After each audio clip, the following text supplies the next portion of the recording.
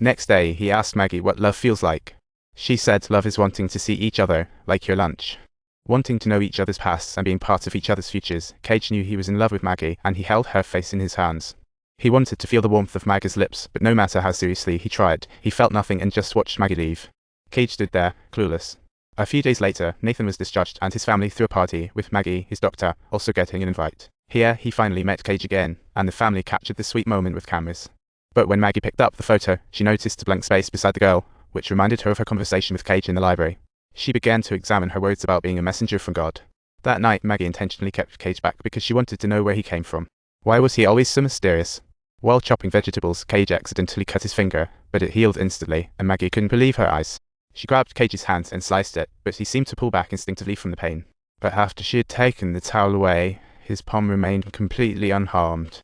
Upon witnessing this, Maggie felt somewhat devastated. I clearly cut you with a knife.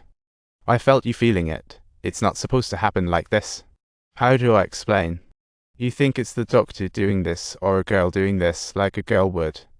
I didn't feel anything, did you? Her worldview was completely shattered, and she frantically tried to make Cage leave. Cage didn't want Maggie to break down, so he disappeared, leaving her in a state of disbelief. After that, Cage never appeared again. Maggie returned to her normal life, but the impact of the angel still lingered in her mind, often leaving her down. Meanwhile, Cage pondered the value of immortality when he couldn't be with the girl he liked, and couldn't appreciate the beauty of the world. Living like this is no different than being a zombie. That day, Maggie found Nathan, wanting to learn about Cage. Nathan learned that she already knew about Cage's angel status, so he spilled all the secrets and told her the cost of turning human. Maggie was shocked, struggling to comprehend the harsh reality. She feared Cage might do something foolish for her, so she went to the library to look for him. She called Cage's name over and over until she finally got a response. Maggie smiled, but he uttered words that didn't reflect his true feelings. I want this. I want to say goodbye. Under the watchful eyes of all the angels, Maggie left the library without looking back. He thought this cold-hearted approach would protect Cage, but the more Maggie did this, the deeper Cage's longing became. He didn't want to lose his love. He didn't want the woman he loved to be with someone else, so he climbed to an 800-meter high spot. He spread his arms to embrace his last moments as an angel, then closed his eyes and jumped. As he fell, he felt a rebirth, realizing he was finally stepping into the chaotic. Cage slowly opened his eyes, saw the blood on his hands, and was overwhelmed with excitement. He began to laugh maniacally like a champ. Then he asked the people around, "Can you see me? Can you see me?" "All right. We can see you." Then Cage rushed to the hospital to share this joy with the woman he loved, but his colleagues informed him. Maggie had already left to prepare for her wedding in the countryside. Before his colleague could finish, Cage had dashed out. But when he realized he had no money, he thumbed a ride, thinking an angel friend would come to help. A car stopped in front of him. Instead, he got punched down, then a whole gang got out and searched his body, discovering he had nothing. They took his only valuable possession, his boots. Cage stood barefoot in the rain, still looking for help while cars kept passing by. No vehicles would stop for him. After what felt like an eternity, finally, a truck pulled over, and as it drove away, he spotted his angel friend in the cab, smiling with helplessness. When Maggie opened the door and saw a scruffy Cage, it was clear this relationship was unavoidable. She meticulously and patiently attended to Cage's wounds as he gradually regained consciousness.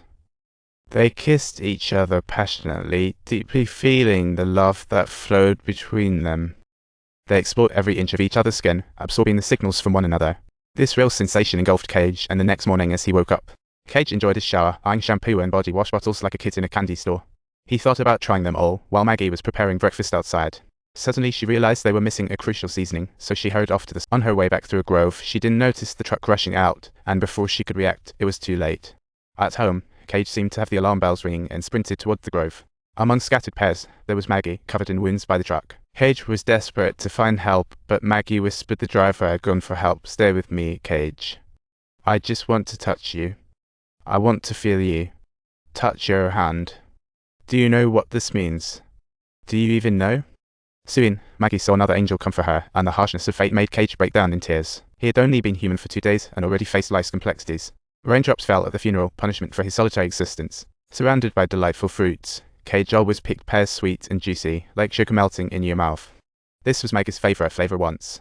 Loneliness felt like the only light in darkness, glowing but unable to feel it.